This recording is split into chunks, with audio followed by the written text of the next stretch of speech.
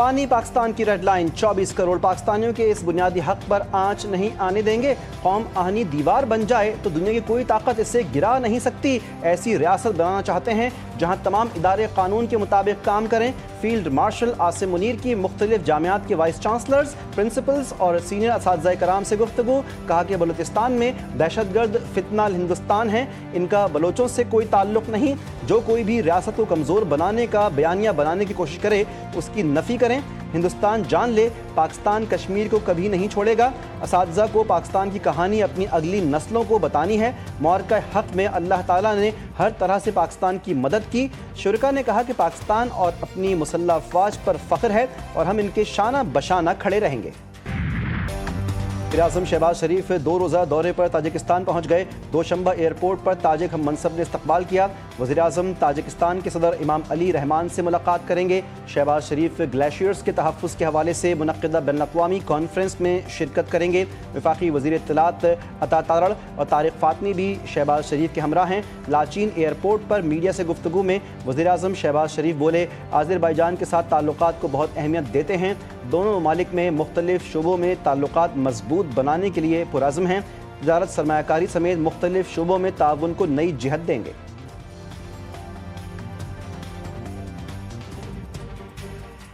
Azerbaijan is a very brotherly country, a great country, and under the dynamic leadership of President Ilham Aliyev, Azerbaijan has been completely transformed. And we have discussed joint cooperation in the field of trade, commerce, investments. Pakistan का crypto इनकलाब की जानिब बड़ा कदम। पाकिस्तान का पहले सरकारी हिमायत याफ्ता bitcoin reserves का ऐलान। वज़ीर ममलिकत बराए क्रिप्टो और ब्लॉकचेन बिलाल बिन साकिब का अमेरिका में खिताब। कहा कि हुकूमत पाकिस्तान के बिटकॉइन ज़खायर नेशनल बिटकॉइन वॉल्ट करार दिए जाएंगे। बिटकॉइन ज़खायर कभी भी बिटकॉइन के रेट के उतार चढ़ाव में इस्तेमाल नहीं होंगे। दुनिया के पास पाकिस्तान और बिटकॉइन के बारे में बहुत सी मालूमात दुरुस्त नहीं। दुनिया को खदशात हैं कि बिटकॉइन गैर मुस्तहकम है और इसमें रिस्क है। दुनिया पाकिस्तान को तरक्की के मौके की नज़र से देखे। पाकिस्तान बिटकॉइन फ़रोख्त करने के लिए नहीं बल्कि अपने असासे बनाने के लिए महफूज करेगा। नफीसा शाह की ज़ेर सरबराही कौमी असम्बली की कायमा कमेटी ख़जाना का इजलास है। कायमा कमेटी ख़जाना का क्रिप्टो करेंसी से मुताल्लिक़ उमूर पर तहफ़्फ़ुज़ात का इज़हार। क्रिप्टो करेंसी में लोग सरमायाकारी कर रहे हैं, अरबों रुपए नुकसान का अंदेशा। अरकान कमेटी ने कहा कि मुल्क में क्रिप्टो करेंसी से मुताल्लिक़ उमूर को बढ़ा चढ़ा कर पेश किया जा रहा है। बगैर मनसूबाबंदी के ऐलानात होंगे तो नुकसान होगा। कायमा कमेटी ख़जाना का क्रिप्टो काउंसिल से मुताल्लिक़ तफसीली ब्रीफिंग लेने का फैसला। हुकूमत का के इलेक्ट्रिक टैरिफ पर नेपरा में नजरियाती दरख्वास्त दायर करने का ऐलान। वज़ीर तवन्नाई उवैस लगारी कहते हैं कि कोशिश कर रहे हैं कि वफाकी हुकूमत और बिजली सारिफीन पर दबाव न आए।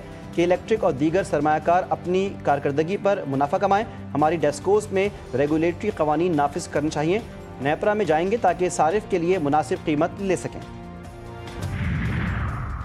बिजली की कीमतों में फिलहाल कमी का इम्कान नहीं। चेयरमैन नेपरा ने कौमी असम्बली में आगाह कर दिया। कहा कि लाइन लॉसेस कम न होने और बिजली की कमी के बायस सारिफीन को मुश्किलात का सामना है। ओवर बिलिंग खत्म करने के लिए प्लान तैयार है। वज़ीर-ए-आज़म जल्द ऐलान करेंगे। ये कहा है कि आप क्या चाहते हैं, ये कहा है। उन्होंने कभी ऐसा नहीं किया कि आओ कुछ हमसे गिव एंड टेक कर लो और लेट खान साहब भी फ्री। खान साहब कैटेगोरिकली कह चुके हैं कि मैं कभी भी डील के सूरत में बाहर नहीं आऊँगा और उनके खिलाफ बने हुए सारे केसेस सियासी, बोगस और पॉलिटिकल विक्टिमाइजेशन की केसेस हैं। बानी कह चुके किसी डील की सूरत में बाहर नहीं आऊँगा। चेयरमैन PTI बैरिस्टर गौहर कहते हैं बानी के खिलाफ बने तमाम केसेस सियासी और बोगस हैं, रिहाई हर सूरत होनी चाहिए। उम्मीद है कि बानी PTI के केस की तारीख लग जाएगी। सलमान अकरम राजा बोले, जमहूरियत का तहफ़्फ़ुज़ करने वाले इदारों ने खुद जमहूरियत को पामाल किया। इलेक्शन कमीशन जमहूरियत की पामाली का सबसे ज़्यादा जिम्मेदार है। इस्लामाबाद हाई कोर्ट ने 190 मिलियन पाउंड केस 5 जून को समाअत के लिए मुकर्रर कर दिया। मखसूस सीटों से मुताल्लिक केस में मखदूम अली खान के दलाइल मुकम्मल। इलेक्शन कमीशन ने दलाइल तहरीरी तौर पर सुप्रीम कोर्ट में जमा करवा दिए। जस्टिस जमाल मंदोखेल ने नून लीग की वकील से सवाल किया, एक जमात के उम्मीदवारों को आज़ाद कैसे डिक्लेयर कर दिया गया? क्या आपने अपनी तहरीरी गुजारिशात में इसका जवाब दिया? वकील नून लीग ने जवाब दिया, मैंने जवाब देने की कोशिश की। जस्टिस मुसरत हिलाली ने रिमार्क्स दिए, जो जमात इलेक्शन लड़े वो ही पार्लिमानी पार्टी बनाती है। साहिबजादा हामिद रजा अपनी जमात से नहीं लड़ते, फिर पार्लिमानी जमात क्यों बनाई? वकील फैसल सिद्दीकी ने कहा, हामिद रजा आज़ाद क्यों लड़े, इसका जवाब दूंगा। सुप्रीम कोर्ट में जजेस ट्रांसफर केस की समाअत 16 जून तक मुलतवी। जस्टिस मोहम्मद अली मजहर ने रिमार्क्स दिए, 16 जून को समाअत मुकम्मल हुई तो इसी दिन शॉर्ट ऑर्डर देंगे। वकील सलाउद्दीन ने दलाल देते हुए कहा, जज के तबादले से सीट खाली नहीं हो सकती। जज के मुस्तकिल ट्रांसफर से आर्टिकल 175A गैर मौसर हो जाएगा। आर्टिकल 200 के तहत सिर्फ अबूरी ट्रांसफर हो सकता है। बामानी मुशावरत के बगैर तबादले का सारा अमल महज दिखावा है। मालूमात के मुताबिक तबादले पर आए जजेस इजाफी अलाउंसेस ले रहे हैं। जस्टिस नईम अख्तर अफगान ने कहा, अटॉर्नी जनरल ने जजेस के इजाफी अलाउंसेस की तरदीद की है। बजट के हवाले से IMF के साथ वर्चुअल मुज़ाकरात। हुकूमती टीम की दिफाई अखराजात में 50% इजाफे की तजवीज़। 1 लाख रुपये तक पेंशन हासिल करने वालों पर 2% टैक्स लगाने की भी तजवीज़। वफाकी PSDP में सूबों के 100 मनसूबे निकालने पर बातचीत। हुकूमत टैक्स रेवेन्यू बढ़ाने के प्लान पर अमल दरामद के लिए पुरअज़्म। बाकी वज़ीर एहसन इकबाल ने दिफाई बजट में इजाफे का इम्कान जाहिर कर दिया। GTV न्यूज़ के प्रोग्राम जी फॉर गरीदा में गुफ्तगू करते हुए एहसन इकबाल ने कहा कि जो इजाफी तरक्याती बजट में करना था वो अब दिफा में करना पड़ेगा। हम अपने मफादात की हिफाजत के लिए किसी भी हद तक जा सकते हैं। पाकिस्तान को मोदी की धमकियों से नहीं, मौसमियाती तब्दीलियों से खतरा है। मोदी अपनी हुकूमत और अपनी आवाम को धोखा दे रहा।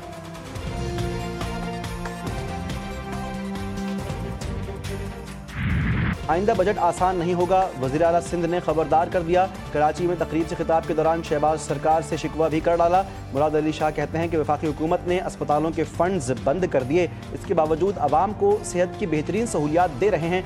सिंध के अस्पताल दुनिया के किसी भी अस्पताल को टक्कर दे सकते हैं। हम बातों पर नहीं, काम पर यकीन रखते हैं।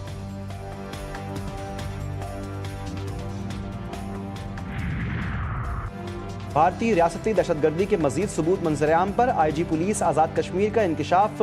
17 अप्रैल को दहशतगर्द डॉक्टर अब्दुल रऊफ़ की अफगानिस्तान में मौजूदगी के शवाहिद पेश किए गए। डॉक्टर अब्दुल रऊफ़ को गाजी शहजाद की मुआवनत हासिल। हदफ सरकारी अफसरान और दिफाई तनसीबात हैं। IG आज़ाद कश्मीर के मुताबिक दहशतगर्दी के मनसूबे पाकिस्तान और आज़ाद कश्मीर के अंदर अवामी इज्तिमात को निशाना बनाते हैं। मोदी गोदी मीडिया को फिर बड़ी सुबकी का सामना। चीनी दिफाई तज्जियाकार ने अर्नब गोस्वामी के प्रोग्राम में आईना दिखा दिया। चीन के दिफाई माहिर का जनरल बख्शी को तारीख के मुताले का मशवरा। कहा कि जनरल बख्शी तारीख का मुताला करें और हकीकत जानें। तिब्बत 800 साल से चीन का हिस्सा है। चीन और पाकिस्तान के ताल्लुकात ठोस चट्टान की मानिद हैं। पाक चीन बरादराना ताल्लुकात को दुनिया की कोई ताकत हिला भी नहीं सकती। इलाकाई सालमियत के तहफ़्फ़ुज़ में चीन पाकिस्तान का भरपूर साथ देगा। भारत में दहशतगर्दी हो तो फौरी इल्ज़ाम पाकिस्तान पर लगाया जाता है। दहशतगर्दी को हकीकत पसंदी से देखें, पहले तह तक पहुँचें।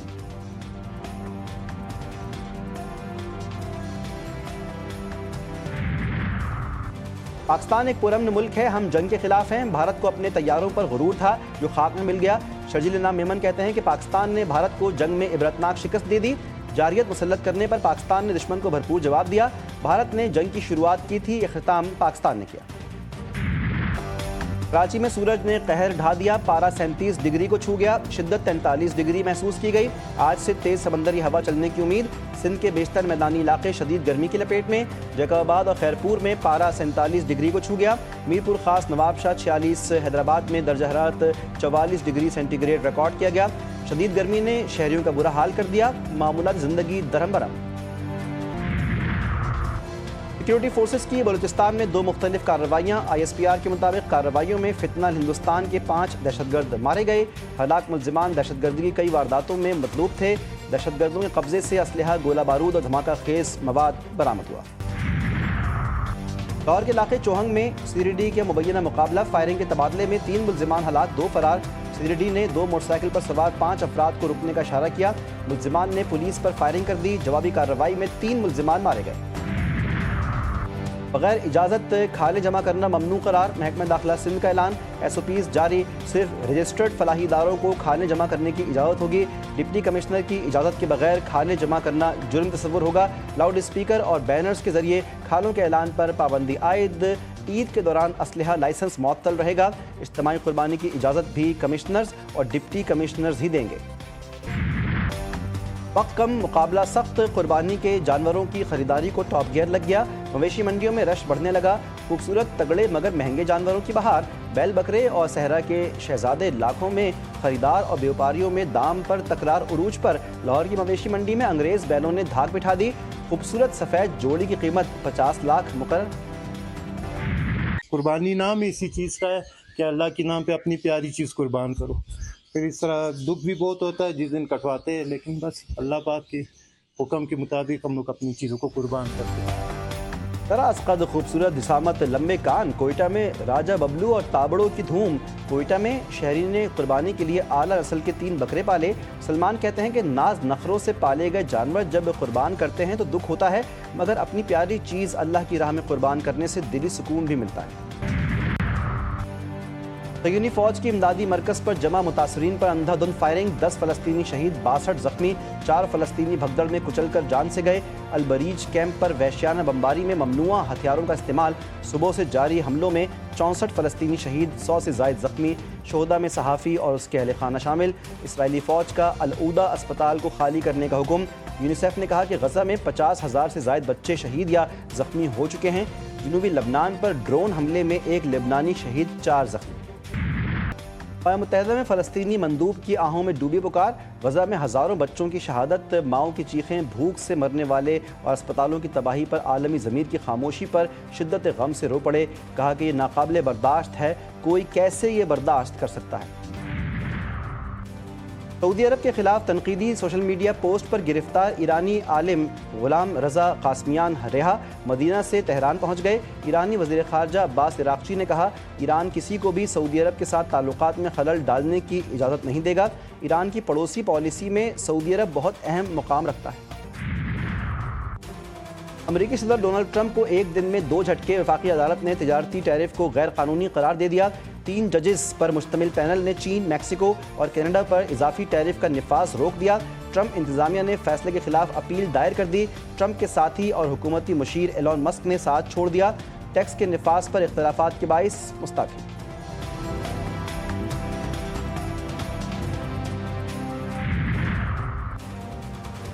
T20 वुमेन्स प्लेयर्स रैंकिंग में टॉप पोजीशन लेने वाली सादिया इकबाल की चेयरमैन पीसीबी से मुलाकात, मोहसिन नकवी ने मुबारकबाद दी।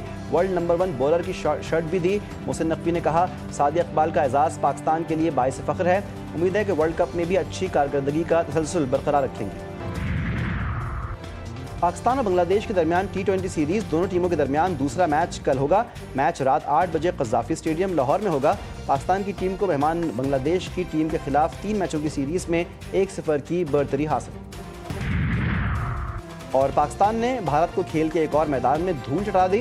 कोलंबो में ATF अंडर 12 टीम इवेंट के सेमीफाइनल में पाकिस्तान बॉयज़ टीम ने भारत को 2-0 से शिकस्त दी।